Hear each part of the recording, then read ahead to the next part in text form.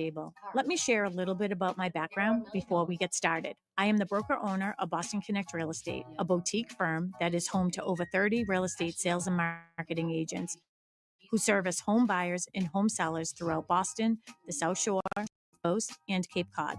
Our firm takes pride in assisting our clients in the next chapter of their lives by taking a holistic approach to their real estate endeavors. We believe that every move should be a moving experience. Every week, my co-host Melissa Wallace and I will provide you with my team's unique marketing approach to selling homes and share with you our expertise in navigating the home buying process. We value the experience of our agents at Boston Connect Real Estate so much that not only will you hear my perspective on real estate topics, occasionally you will hear the expert thoughts and opinions of our experienced agents at Boston Connect Real Estate. Be a part of our roundtable. If you have any questions during the show, please call 781-837-4900. We love to talk real estate. Follow us on Facebook, Instagram, and wherever you like to listen to podcasts at Talk Real Estate Roundtable. If you would like a one-on-one consultation with me and my team to discuss your real estate needs, you can connect with me at bostonconnect.com or 781-826-8000. Now, sit back, relax, take good notes, and let's talk real estate.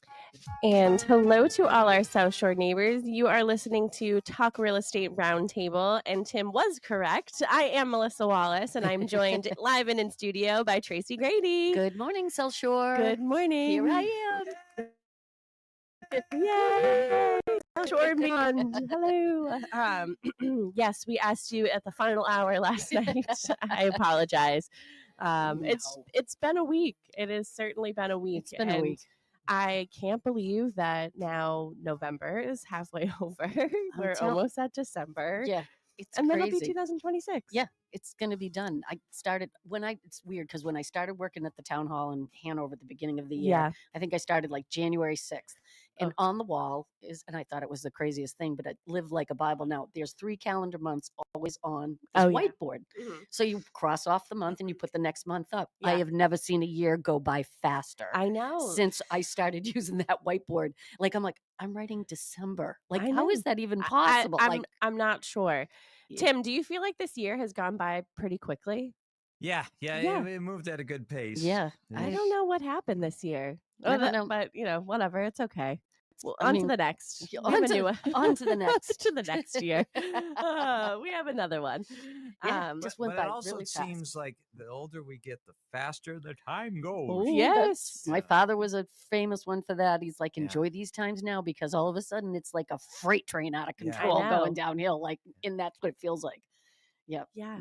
I feel like this year has gone by pretty quickly. And then you had a big year. Every once in a while, you've had a big year. Every couple of days or so, someone will be like, "Oh my gosh, you're engaged!" I'm like, "Yeah, we got engaged in June." And like, "Oh, when's the date?" I'm like, "Oh gosh." I'm like, "We don't have it," but and then I can see it on their face, like, "Oh, you're behind." I'm already behind, and I haven't even scheduled anything. I'm like, "Oh yeah, I went and got my ring cleaned." And I was like, because they say, "Oh, come in every 6 months, and we'll inspect it and all that." Yeah. And I'm like, "Oh my gosh, I can't believe I was already ready for an inspection." Yeah. And I'm like, okay, I didn't realize this. Yeah, the year has gone by pretty quickly, but the past couple shows we've been talking about fall and just preparing for winter. And last week, Sharon and I had 5 callers, Tim? We had 5 callers. Oh my goodness. Yeah. Very good show. We sort of swindled them into calling because we said that we were promise them. We did have a goodie to give away. We did have a goodie to give away. So 5 Dunkin' Donuts gift cards, $20 Dunkin' Donuts gift cards. Go. So of course on Monday morning there I was getting the gift cards. Gift cards. So all of those went out in the mail. No post on Tuesday, so they went in on Wednesday. So hopefully by now everybody has gotten them, but if not, you will have them soon. Yes. Yep. Because we sent out those gift cards and sent out the gift cards for our jack-o'-lantern contest and our pet costume contest. So there's a lot going on this week. I was very busy.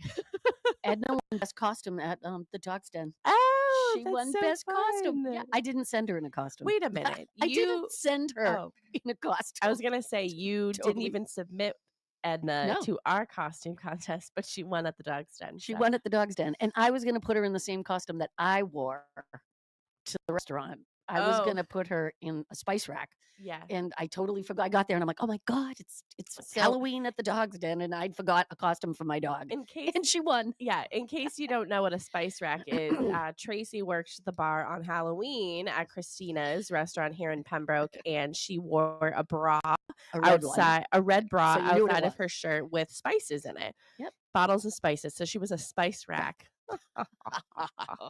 It was pretty funny though. We'll see what you come up with next year. But yeah, that was pretty funny. You came around the corner like mysterious, like you were, making a drink and everything. She's like, guess what I am? Like a spice rack? A spice rack? You got it. I got Spice Girl. A lot of people were like, Spice Girl? I'm like, no, come on, you can do better than that. Yeah, you want to say spice and Yeah, and it was the close. Spice Girls probably wore their bra outside their shirt at some point because they were it. Little spices. I had my cinnamon in there. I even tapped somebody off with a drink. Hold on, let me go. Oh no, I only have cumin and cinnamon. That'll work. Yeah. Oh my gosh, that's so funny. But yeah, no, that was perfect. But like I said, we sort of asked you last minute last night if you would do the show with me, and of course you did. Of course I will. Of course, yep, of course. So yeah. We appreciate that. So Sharon is not joining us today. She might be listening though. Probably. So, yeah, she probably.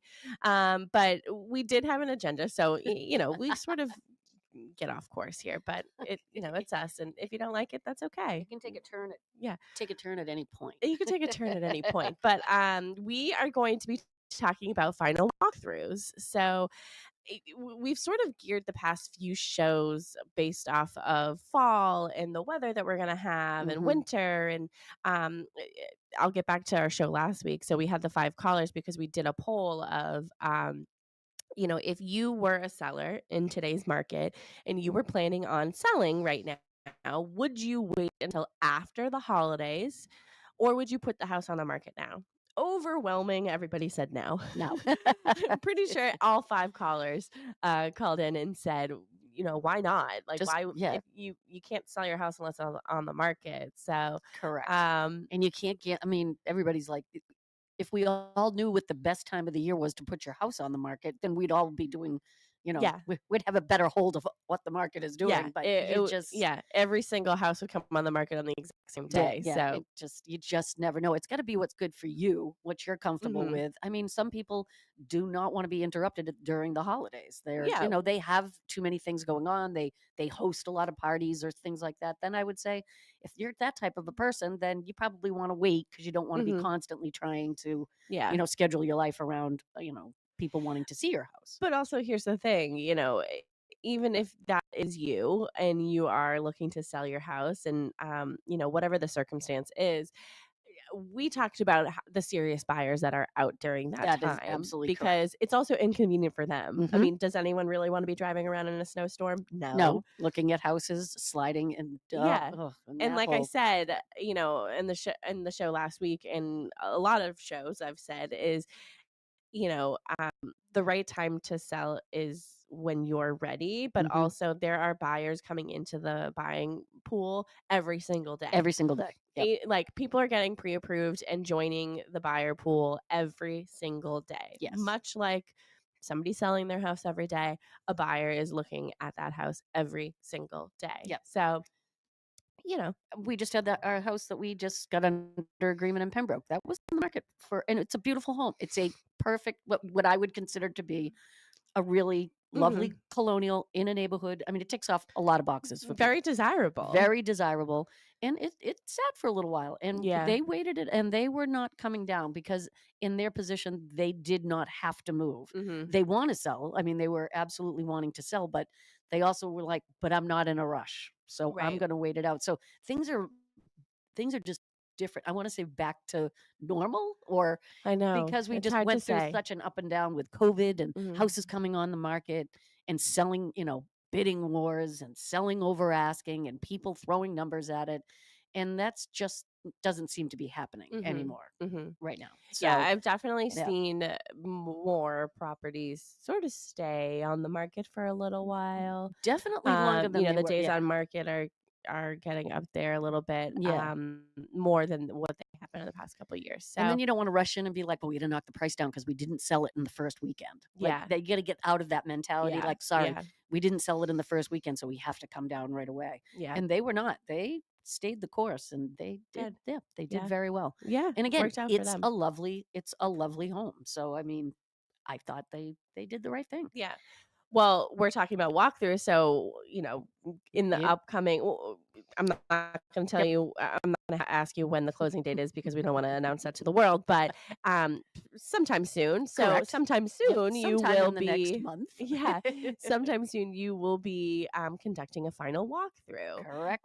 So why don't you tell all of our listeners what a final walkthrough is and why it's important? So a final walkthrough happens usually 24 hours. Well, I've also started with my sellers because when we had our nightmare conversation when I was here for that and we'll talk about a nightmare too. I got those too. Yeah. Even final walkthroughs, sometimes they don't go the way you plan them. But the idea is that you will go into the house 24 hours. I always make sure my sellers are now out 24 hours prior to closing. We are not packing while people are doing their final Consider the day walkthrough before your closing date, so you got to be out. Exactly. Like I write it right into the contract now. 24 hours prior to closing, we will not be here. So, and everybody's fine with that. They're like, "Oh yeah, I don't want to be here." I'm like, "Yeah, you'd be surprised though. There are people when you that start to pack and you're like, wrapping oh my up gosh. the china, an hour before closing." So it gives the buyer an opportunity to do one final walk through the house to make sure that nothing has changed. They didn't take something with them that was promised to stay. There isn't all of a sudden a hole in the wall or a mechanical that's not working. I mean, you do your home inspection, so you check off all your boxes, and they the buyers in this case did their home inspection, so they kind of knew what they want. In this case, we are going to look at one mechanical while we're there because the home inspector couldn't make it work at the time, and we found out it was temperature driven, it was not mechanical that you could just turn it on and off. So we are going to, we're going to show that to the buyer to make sure that they understand how to use it. And basically, that's why you do your final walkthrough. You don't want any surprises. You don't want to close and then walk into the house and realize, oh my God, they took all the light fixtures with them, and those were supposed to stay. Yeah. So that's why we do that's why we do final walkthroughs. Yeah. I have a little agenda here, which is bizarre for us, but so just talking about the purpose of a final walkthrough. So the is not an inspection. It's rather a verification, which I love this, that the home is in the same condition as when the offer was accepted. Yep. No new damage has occurred during move out. All agreed upon repairs have been completed. That's a great one. That's a good one. Sellers have fully vacated and met the broom clean standard.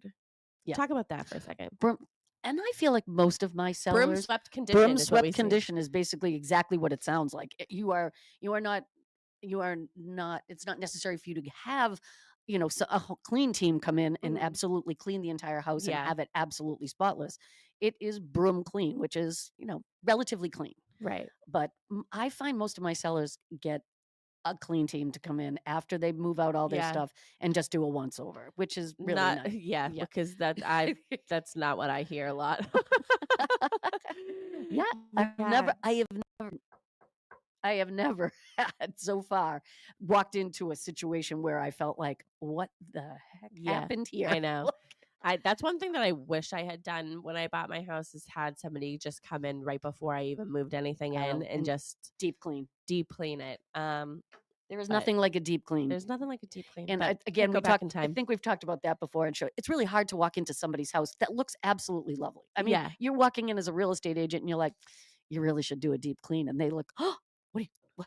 I know. We're not here to offend anybody. I am not here to offend. I am just telling you that when somebody's coming in to buy your home, they are looking deep. They are looking at your woodwork. They are looking at your windows. They are looking in the cleaner, at the baseboards, at the floors, at the windows. Things you don't think about all the time, like the counters. Yeah. Well, we talk about that in our Five Senses show of like, you run your hand across the, granite countertops, and if it's all sticky, yeah. And if you're seeing little like dust bunnies hanging from the ceiling or cobwebs or things, you're like, when's the last time these people actually? That really just made me think, oh my gosh, I have to look at the light as soon as I walk in my house. So I have a raised ranch.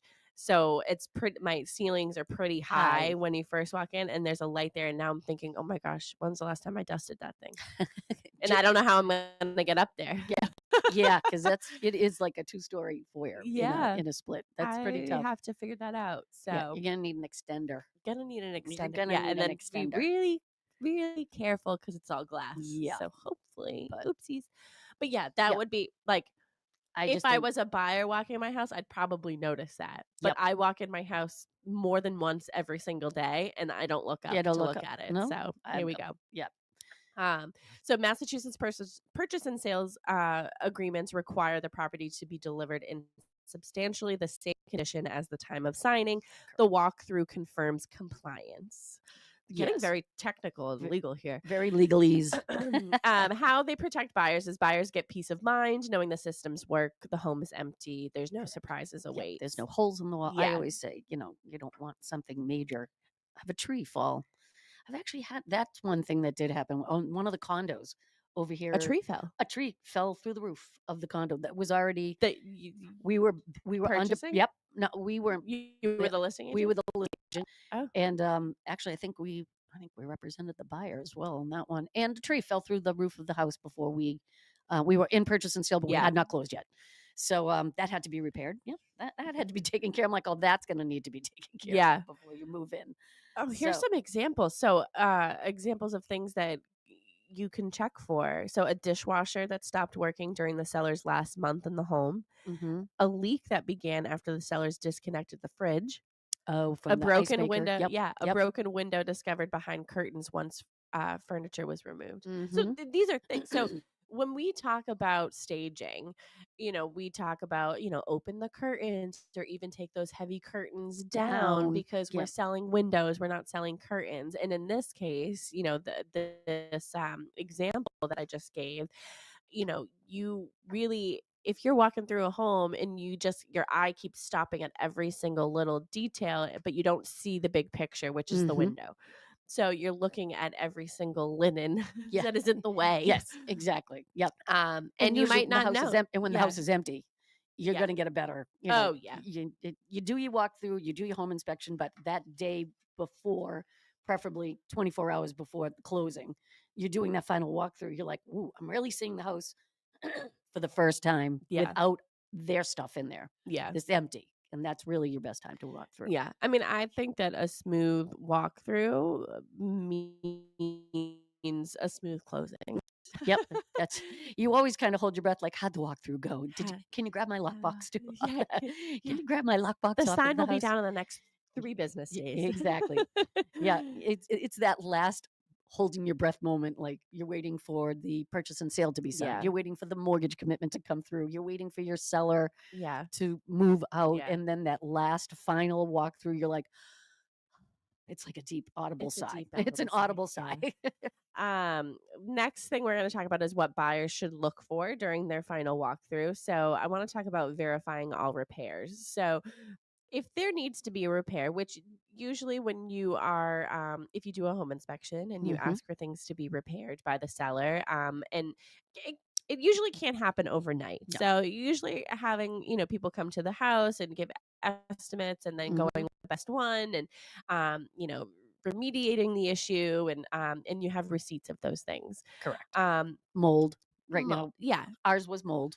So we had to do a mold remediation. So in the attic, the home inspector found, it was not a large amount of mold, but we had a mold company come through, remediate the mold, and then we have to provide a certificate to the buyer and sign it over that the warranty for the work that was done is also going to the buyer. So the seller paid to have it done, but we're going to transfer that warranty over to the buyer and make sure that work was completed. And I like to get those certificates.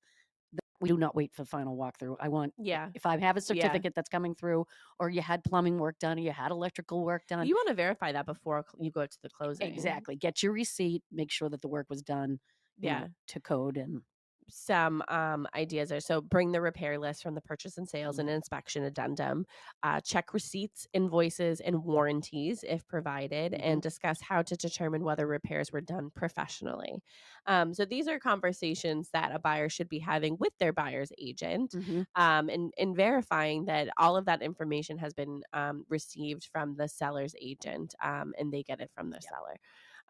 So, just bringing that, getting back to the purchase sale. So you have the home inspection, there's things that need to be done, they can't be done right away. And you have that time until you get to closings to make those repairs and get those receipts and warranties and things like that. You usually have like an addendum that says like, okay, these are, a repair It addendum. lays it right out for you. Yeah, lays it right out. It's pretty much 1, 2, 3. Yeah. So bringing that, every time I have covered a final walkthrough for one of you guys, the agents here at Boston Connect Real Estate, I always go into Dotloop and I print out the purchase and sales agreement, and I also print out the MLS sheet just to compare. But I always print out the purchase and sales because when we walk through and someone says, "Oh, where is that?" I want to be able to go in and say, "Okay, yep, it was supposed to be here," or "No, the refrigerator was supposed to stay," or the refrigerator's always been the bane of my existence. So now I don't, unless I 100% know my seller is leaving their refrigerator and washer dryer, I leave it out. And we'll get to it at some point. We'll discuss whether it's staying, whether you're buying it, whether you're leaving it, and just to stop. So it's not to be used as another home inspection, but when you are a buyer's agent, do you test like the major systems when you do a final walkthrough? No. Yeah. No. I just don't, I think like turn the heat on and turn the AC we did on. all that. We did it at the home inspection. So the thought is, if I didn't do a home inspection, then maybe I would do a few of those things. But I think if it's done at the home inspection, the chances that all of a sudden the dishwasher and the heating system and the things that are built in are all of a sudden not working is probably slim to none at that point. So I would say no. I always like open the refrigerator to make sure that it's not disgusting in there because that's more of like a clean thing too. In the oven, oh, did they cook a turkey dinner last night? The microwave. Did something blow up in the microwave and like, oh, that's is like the hood vent all disgusting? Like, come on, just clean it. It's more like visual things. I think that me going in and trying make sure the appliances. I open all the drawers in the kitchen because there's always a junk drawer and they always leave it. Something. They always leave something. I remember. So last year, Kristen Howlett, who's a full-time agent here at Boston Connect Real Estate, she does the show with me often. She was on vacation with her family, so I covered a final walkthrough for her in Plymouth, 4th of July week, I remember. And met her client there. We walked through the house and everything. I opened one drawer in the kitchen and it's just junk. It's like a ruler and paper clips and pennies and all that stuff. And he's like, "Oh, I can't believe they would leave this here." And I was like, "Not a big deal." Like the listing agent was there. She was there for the walkthrough, and I was like, "What would you like to do with this stuff? Like, do your clients want this?" And they're like, she's like, "Well, they're already gone, like gone. I don't know if they want their ruler." And I was like, "Okay." Ruler and pennies and batteries. There was a box of trash bags left in the garage, so I grabbed a trash bag. I just threw it all in a trash bag, and boop, there you go. Done. There's Trash. always a draw or something that gets missed. Always something. There's always there was like something. A coffee sign above that, and he's like, it was a single. He was like, that's not like decor. I was like, all right, let's take it. Threw that away. Did I tell you about the pencil sharpener? I look for a pencil sharpener in every house. I think you have. Have I talked about that? The pencil sharpener, always in the basement, like the old metal ones that you stick the pencil in and you wind. Like in the workshop area. In the workshop area. I would say, I wonder if I have one. 90. I was going to ask you if you have one in your house downstairs. I have a workshop downstairs. I'm going to look. Yeah, it's covered with all my wrapping paper. That's my wrapping paper. That's my station. That's my wrapping paper station. So I'm going to look today. Pencil sharpeners. I always go in, not necessarily in newer homes, but in older homes. Yeah, I know I have 90%, rulers. I would say easily has a pencil sharpener. hardwired. Yeah, hardwired into the basement. Yeah, I know. I have rulers that downstairs that are on the wall. And so I wonder if I I do bet you have have a I pencil was going to ask you sharpener. if you had one. My 'Cause I'd house be was built shocked. in 1964, you so was must have that a pen. yeah, I must have a pencil sharpener Yeah, you down there. must have a pencil sharpener downstairs. Yep. Oh my God. I laugh every time I see it. I'm like, oh, found it. Found it. Found it. That's so I'm always funny. in search of. Yeah, I'm gonna look at it. If Found it. you have a pencil sharpener at your house, we would love to hear from Do you all have pencil Do you have a sharpeners pencil in your sharpener? basement or somewhere? Yeah, It was either in the kids' bedroom or it was yeah. downstairs. Tell us where your pencil sharpener Where is your is. pencil sharpener? We know it's there. Yeah, 781-837-4900 is the number at WATD. Again, it's 781-837-4900. If you have a pencil sharpener, could be in your shed too. I've seen them in your shed. Yeah, anywhere in your house. We want to hear from you. We want to know where yours is. Where is your pencil sharpener? We had 5 callers last week. Can we have at least one? If you're shy, you can text that number too. So. Yeah. But yeah, that's fun. Check appliances. So some people are like, turn the stove and oven on, run the dishwasher. I don't think so. Already done. Home inspector did it. They make sure that the appliances that are staying are working. It's usually the first thing a home inspector does is just start a cycle on the dishwasher and turn the stove on, and then walk away, do a few other things, and then come back to make sure that everything is doing what it's supposed to be done. Yeah. So. And that's when you know that there's a leak. So that'll go on your repair addendum. Yeah. And that's the other thing. When the sellers are moving things out, that's when things can break.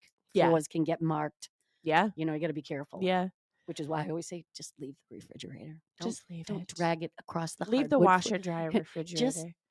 Don't drag it across the floor. I don't want to come in on the last day before closing and be like, yeah, that's a gouge in the floor that needs to be done. Oh, by the time the safe scratch. The safe. Talk about the safe. The safe. They were taking the safe out of the house again we had already closed on the house. The sellers were still moving out of the house. They thought they could go back, finish packing, but they didn't understand that they didn't understand that once they don't own it, they don't own it anymore. They don't own it. So the safe was coming out of the house. The movers did a great job. I mean, those guys were moving very quickly. They understood the situation, and they were taking the safe out, and the safe fell, hit the front step, knocked a brick off the front step. So that had to be repaired. I think it was 2 bricks. And yep, that was already after it had closed. So I had to get that fixed. And luckily enough, I had a wonderful connection. Yeah. Yep. Teddy Kane. Oh, I love Ted Kane. Teddy Kane comes through for me. I know Brian watches sometimes. So. Oh, no, Brian listening. Yep. Yeah. Brian too. I use Brian. Yeah. But that's awesome. So you had them come over and fix that next day, and they came the next day and fixed it for us. But it was like horrifying. As I stood there, I was like, "Don't tell me that was that." Yep, 2 bricks fell right off the stairs. I'm like, "I'll have it fixed. It'll be done." Yeah, ASAP. Got it done. But those are the things that can happen if you wait too long to get out of the house. Then people start to make mistakes, and things can get broken. Yeah. Floors can get gouged. Safes can fall on stairs.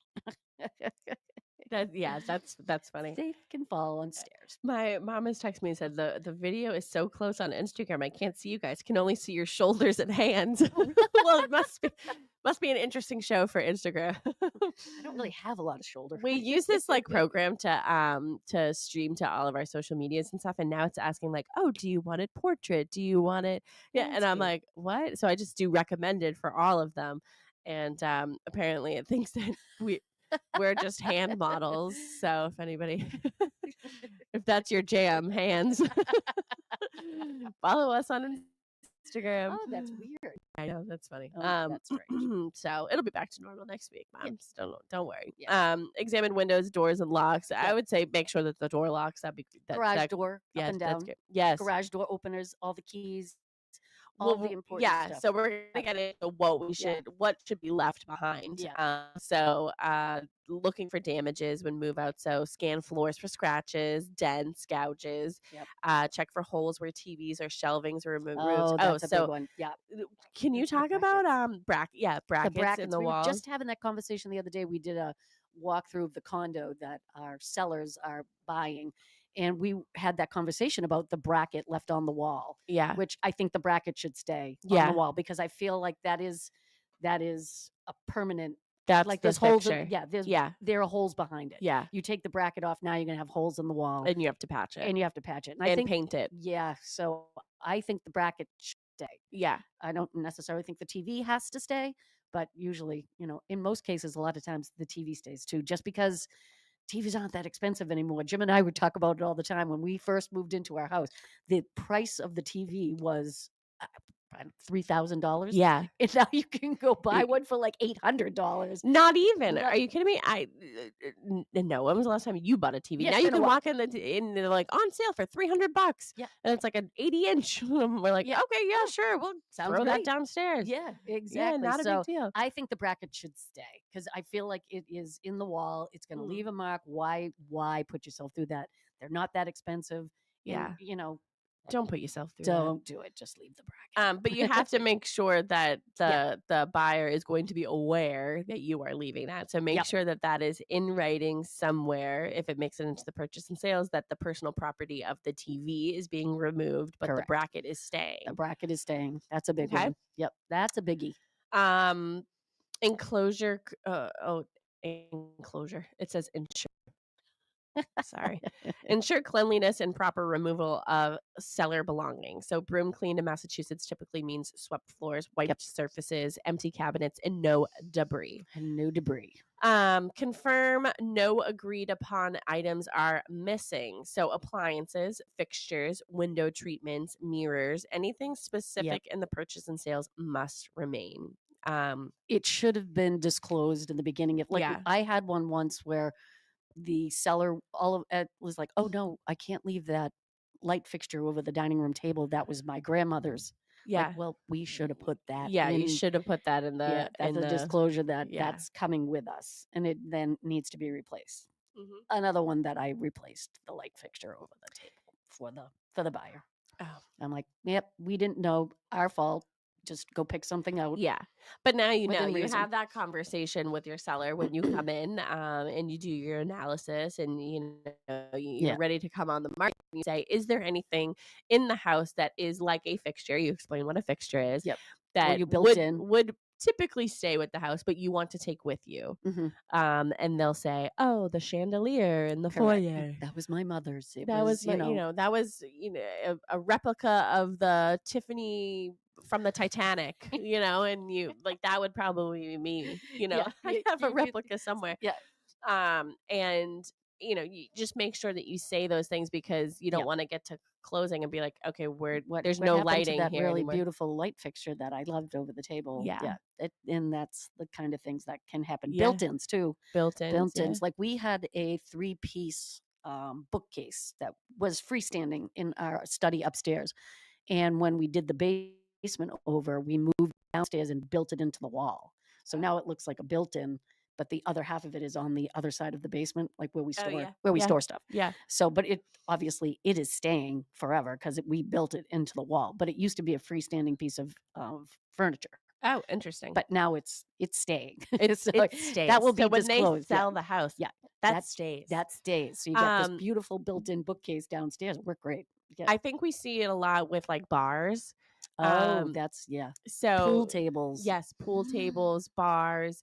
If there's cabanas, we see a lot of like, is the refrigerator in the cabana staying? Yeah. Is pool equipment. Pool equipment. Pool equipment's another big one, especially with, obviously the filter and all that is going to stay, but there's a lot of other things that go along with a pool, like the vacuum cleaner and the the little automatic tattoo. That's why it's so important to have a buyer's agent that represents you, because if you are purchasing a home that has a pool and you've never owned a home with the pool, you have no idea, like you don't just show up one day and say, okay, now I have a pool. Like you have to maintain it. Yeah, have to maintain it. You want to make sure you have to maintain it. Yep. And a lot of the times the seller already has those things that you need to maintain it. So you work that into your you work offer. It into your offer, or or the seller comes up with a price that they're like, well, I will sell you all of my furniture around the pool that I'm obviously not taking with me because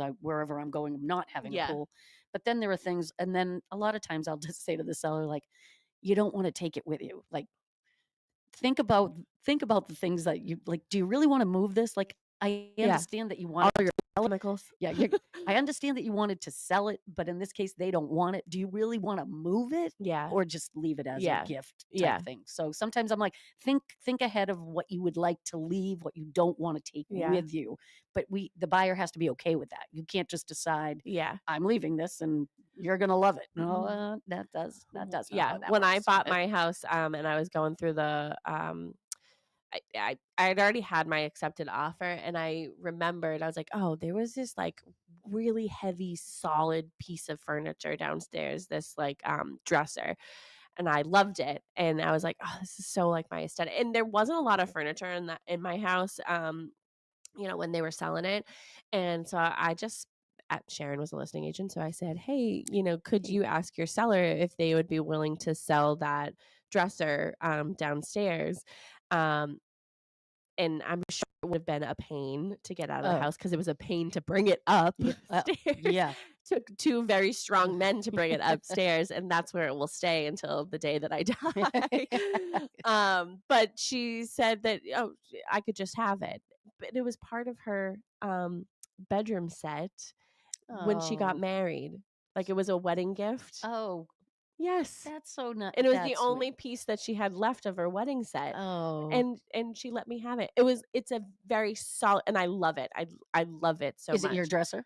It's my dresser. Oh, it's your dresser. Yeah. But it has like the sort of shallow, like I keep like my socks and things in that. I Like, got you. Yep. But and it's shallow drawers, and then there's one drawer that looks like two, but it's the big drawer, but it's just solid dark wood, and I love it so much. Yeah. But that was something that I was like, oh, I would offer you money for it. Correct. I didn't know the sentiment behind it. And then once she was like, oh yeah, you can have it. But by the way, I'm like, oh which my is gosh, lovely. which is so lovely. But she didn't want to move it. She didn't want to move it. she don't want to move that piece. So there are things where, you can walk through a house that you either have an accepted offer on or, are thinking about it, and you can include that in your purchase, or you can offer, hey, if you're willing to sell, please let me know if you're willing to sell X, Y, and Z and things like that. Yeah. There was one time I did my favorite part of the whole. No, not my, because I don't want to be involved in that. It's just, and I but understand it happens all the time. It happens all the time. It goes back and forth. People see stuff, or you walk in and the house is just lovely, and you're like, I just want to move into it the way it looks right now because I love what you've done here, and I want. But then it becomes a back and forth, and then money has to go back and forth, and then I don't want to be involved. You just kind of become like an in-between person. Yeah. That's like, well, they would like this. Well, they already sold that. Well, how about that? No, they can. I'm like, okay, all right. I'm all done. Yeah. Let's talk about what sellers should not leave behind. So unwanted items that cannot be left. So what are some things that that sellers shouldn't be leaving behind without permission? I find most of those things are either going to be in the basement or the garage. Yes. Because they don't even know what they have in there. Like when you do a project and you leave the extra tile or the extra paint or the extra shingle or lawn equipment that you're probably not going to be using moving forward. These are, it adds up. Excuse me. And if the buyer doesn't want them, they've got to go. Yeah. Like that one that I had where we dropped the safe and we were all trying to get that. The garage was filled with like gardening stakes. Yeah. Don't assume. No, little fences, lots of shingles, old wood. Yes. My car was chock filled with stuff that was, and the agent was there like, no, they're not going to want that. They're not going to want that. That's got to go. It's got to go. And I'm like, oh. I realized I did not do a great job with my final walkthrough because I didn't take enough time outside. And so I still have yet to get rid of some of the things that I'm like, why is this here? Why? Like, yep. Why? I don't like this. I look at our garage and I'm like, oh, this is going to take Why? forever. But I do think it's important, like the paint, that you're going to want to keep the paint, because if you're going to do some touch-up work and you're not committing to cleaning the paint is a great idea. Well, it's on my unwanted list. Really? Well, so you should ask. You should still ask. You should ask. So old paint cans, unless the buyer explicitly requests them or you offer them. But, I think a lot of the times people like to paint their own house. Yep. But I think the paint just, I'm not saying like copious amounts of paint. I mean, if you painted it cherry red and someone comes in there like, yeah, this is not. Yeah, I don't need cherry red paint in the basement. No, but trim paint, like certain types of trim paint. If your whole downstairs is a neutral color, like our whole downstairs is basically one color. Not the tree. Not the tree. No, but that is going to become a very neutral. Yeah, that tree's going. Yeah, we've had long discussions about the tree. That tree's got to go. Oh my gosh, that's so the funny. dogwood tree in our foyer. Yeah, everybody. I have people that know when I do the radio show. They're like, "What kind of a tree do you have in your foyer?" I'm like, "Yeah, it's a hand-painted dogwood tree that goes up 2 stories." So it'll be gone. It'll be a neutral color. Yeah, it will be neutral now. But like that, our whole, so that paint can, I would think, should stay because we just painted. It's neutral. Yeah, it's, if you needed to touch up, it's there. Perfect. Thing. But yes, but you do need to ask. Oh, I would say always ask. Always no ask. matter what. Old tile, small hand tools. How about the people that have workbenches in their basement, like a real workbench that has a vise that's actually attached? Like that'd be really hard for somebody to get rid of, for a seller to get rid of, because it's probably heavy. It's probably been there forever, like the pencil sharpener. It's just there. It's Do built you in. have one? Does anyone have one? Are we the only people? Yeah. Hazardous materials, so chemicals, oil, propane tanks, construction debris from DIY projects. So if you are a DIYer, and like I said, maybe not so great at it, that you have a lot of extra. They probably don't building want. supplies. Yeah, they probably don't want the building supplies because they might be reading it. But if it's great and you need some extra things, I would say to leave behind the screens if there's extra screens for the windows and things like that. We don't have screens in our front windows. I just don't like the look of the screen in the front window. We painted the windows black, blacked out the windows, and then when we put the screen up, you couldn't even see them. So it's a really good question. Always ask about the screens and make sure that they are somewhere in the house. It's interesting because there's a there is a piece of glass in my basement, and it has a sticky note on it that says storm window for window next to front door, which is, I have a narrow, the tall, narrow. Like a little transom. Yes. Yeah. I'm not sure when storm when like I'm not where would that piece of glass go? I'm not sure because it doesn't fit perfectly there, but I'm not like it won't. How would you attach it? How do you attach it? So I'm like, did it used to be a different door? Like I'm confused. So I don't know. I don't know. Was it for somebody else's house? Because maybe. So I didn't realize that, but I look at it every single time I'm on that side of the basement, and I think about it. I say, it does look like it would fit. You're gonna have to try it. But that window I have has the like the, what are they called? The pieces of wood that's in the slats. The I'll show you a picture. Yeah. But I'm like, but it's just one panel.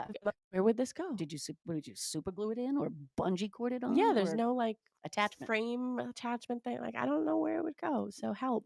Yeah. But those are like the house that we're selling right now. They had screens in their sunroom windows, but they also have storm windows. Yeah, that are also in the basement. So, okay. So I made sure that those were there. Broken furniture or appliances, patio items, or kids' play structures the buyer didn't agree to keep. Oh, so like swing sets. Oh, swing set. Yep. Yeah. Food, cleaning supplies, or anything in cabinets or closets. So I would say don't leave anything if you don't have permission to. Yeah. Nope. Assume nothing. Assume nothing. Nothing. And you know what they say when you assume. When you assume. Why sellers must be careful. So buyers expect a completely empty home unless otherwise negotiated. Sellers often so that other walkthrough, the same walkthrough I went for Kristen in the Plymouth house, there was a picnic table outside. It was not supposed to be there. It was supposed to be removed, and it was talked about several times, to the point where I was told by Kristen, hey, just so you know, if there's a picnic table there, it is not supposed to. I turned the corner, I could see it right through the window. You're like, and there's the picnic table. And there's the picnic table. Ultimately, the buyer, everything else was great. So he said, you know what, I'll just cut it up myself and I'll get rid of it. It's not the big deal. But I'm like, it was in the burn pile. Yeah, but I was like, you got to get rid of that. And so that's what I said to the listing agent. I said, I'm sorry, but you have to figure out how to get rid of that. Yep. And our clients had already moved out of state. Like, I don't know. It was talked about several times during the transaction. I figured to remove at that point, the seller just takes I think you just get to that point where you're like, I'm done. Yeah. I've gotten rid of everything I can get rid of. I don't have the time. I don't have, But here's the thing. They got away with not having to take care of it. Yep. Because person's buyer was so nice. And especially where it was discussed. It was discussed several times to the point where I was alerted. Like, oh, please. So buyers, so sellers often underestimate the cost or time needed for a full clean out. Dumpsters, junk removal companies, and same-day pickups may be needed. So if you are a seller and you know that there's a lot of things that you're going to have to get rid of, plan ahead. Plan ahead. Get a dumpster, junk removal companies, same-day pickups, things like that. In the town, like in this case, my sellers know that the town does one day a week that you can pick up a big item. Yeah. So they're going to put their big items out over the next couple of weeks. Yeah. Just to get rid of the ones that they're not taking, nor does the buyer want. Yeah. So, yeah. I have 2 big chairs that I'm going to put outside my house, so hopefully somebody takes them. Ooh, they'll go. I'm hoping. Yeah, that's what Ethan said. But I think it's supposed to rain tomorrow, so I don't want to put it out now. Oh, but it's a beautiful day today. It is a beautiful day, but I would be nervous that somebody wouldn't get them and I have to bring them back into the house. Yeah. Real life South Shore examples. We talked about sort of our nightmares and things that have gone on in our real estate world. Yeah, you walk into the basement and you step into 4 or 5 inches of water because the sump pump let go. Oh, a lot of the times people don't open the attic. Look in the attic. Oh, I feel like that's the new. I feel like that's the new, but there are people that don't. Some people forget that they have things in the attic and they don't take it out. Yep. We have a ton of stuff in our let's talk hockey about equipment. Oh my god. Oh really? So much. Taylor played hockey. Not Colin. I have nothing in it. Taylor played hockey. So there's a hockey bag up there. God only knows that must smell like at this point. But I think it's time to throw it out. Because hockey has its own smell. Anybody who has kids who play hockey know what I'm talking about. Yeah, the bag is just, there's a lot of stuff in that bag. Oh, we have a comment on YouTube, but it's I don't know if I'm missing part of it though. For me, a freshly painted basement floor and walls made me worry. And the box closed house raised years ago because city pipe wasn't removing rain until they fixed it. I walked, but now regret it. I think I should have taken the. Oh, I think there might be another comment above it that I might be missing. But hold on. Oh, you talk for a second. Yep. All right, I'll talk for a second. Yeah, I think. Oh, what's it say? Literally sitting about apple. Oh, freeze. Oh, I actually. What about apple and fruit trees in the backyard? Keep or remove for the buyer. I regret when we sold our house in. Our first house we had in Hanover, we had planted a tree when Colin came home from the hospital, and the tree is still out in front of that house. And I regret not taking that tree with us. Oh, and really? I sold a house recently, and the people did the same thing. They had planted a tree in their backyard, and they specifically wrote it into the off that they were taking. I would think that you have to with them. You have to put it in writing that you're taking something like that. You can't just dig it up. You have to put it in writing. Yeah, but like an apple tree or something. Ours was like a week in the front of the house that actually a friend of ours bought our old house. So it's kind of funny. Yeah. But I regret that. I regret not doing that. This person I don't know what this person's name is. Because I'm sure that Inda Club, not their name, but makes a good point of a freshly painted basement floor and walls made me worry. So I would say ask the question of why. Exactly. It could have been waterproofed, and it could have been done by a professional company. Yeah. I mean, there's like waterproofing companies that come out and take care of that. Like the seller realized they had an issue, so they just handled it. But ask for the receipt, ask why it was painted. Yeah. So, that's something that can be transferable too. Absolutely. Yeah. I remember looking at a house early in my journey of purchasing a home, and you could tell the sheetrock in the finished basement at like a couple feet up from the ground had been cut and replaced. obviously an indicator that there was water. Yep. The washer and dryer were on like crates and things like, what are they called? The wooden things. Yep, those pallets. They were on pallets. I'm like, okay, yeah. There was a sump pump. It was dry at the time, but I was like, there was definitely water down here. Yep. So we went to town hall. It was they, had an insurance. Their insurance company took care of it and stuff like that. But like, it's tough to be in New England and not have water in your basement. Yeah, absolutely. Although I have had plumbers argue that point with me. They're like, that's not true. I'm like, I feel like it really is. Yeah.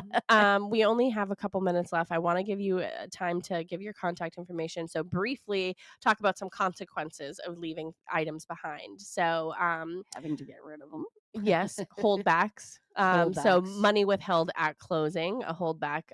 So that thing or whatever it is that's left behind can be removed. What you did not take care of is going to impact financially because they will hold back money at the closing until you deal with it. Until you deal with it.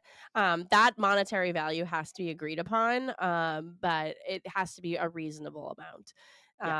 Closing delays. It could delay the closing if the buyer's just like, no, I'm not purchasing this house with all these things left in there. Yep. Buyer may refuse to sign until cleanup is arranged. Attorney involvement leading to tense negotiations. Yes. We have so many other things that we could talk about. And we stayed on topic today. I know. Much. We didn't really digress. Round of applause for us. Yeah. Why don't you take a moment to give your contact information? I have been requested that you give your phone number twice, not just yours and Jim's, so everyone can hear it more than once. Oh, right. So how can everybody get in touch with you if they want you to help them with their final walkthrough? You can reach me at 617-620-8484. That is 617-620-8484. Or you can reach me at Tracy, Tracy, at bostonconnect.com. Perfect. Yeah. And you can always go to bostonconnect.com and find all of our contact information. We're all there. You can find Jim's contact information. That is Tracy's husband. They make up the Grady team here at Boston Connect Real Estate. My sidekick. Your sidekick. And you're my sidekick. And then sometimes Sharon's my sidekick. And then sometimes it's Kristen. Anybody. We're interchangeable here. Yeah, we are. But again, you can go to bostonconnect.com to find all of our contact information. We do have some open houses this weekend, so be sure to follow us on social media. Boston Connect Real Estate, Sharon Costa McNamara, everywhere. We're on Facebook and Instagram. So be sure to follow us so you can find out where your next home is going to be. Yes. Fantastic. Thank you so much for joining me. I know it was last minute, but I always appreciate you joining. Oh, no. Always my pleasure. Yeah. Gets me up and moving early in the morning. Yeah. Thank you, Tim. We appreciate you. Thanks, appreciate Tim. you, ladies. Have a great weekend, everybody. We'll see you next Saturday. Oh, no. No? Yes. Well, maybe. See you next Saturday. Bye. Okay. Beautiful day in this neighborhood. Beautiful day for a neighbor. Would you be mine? Could you be mine?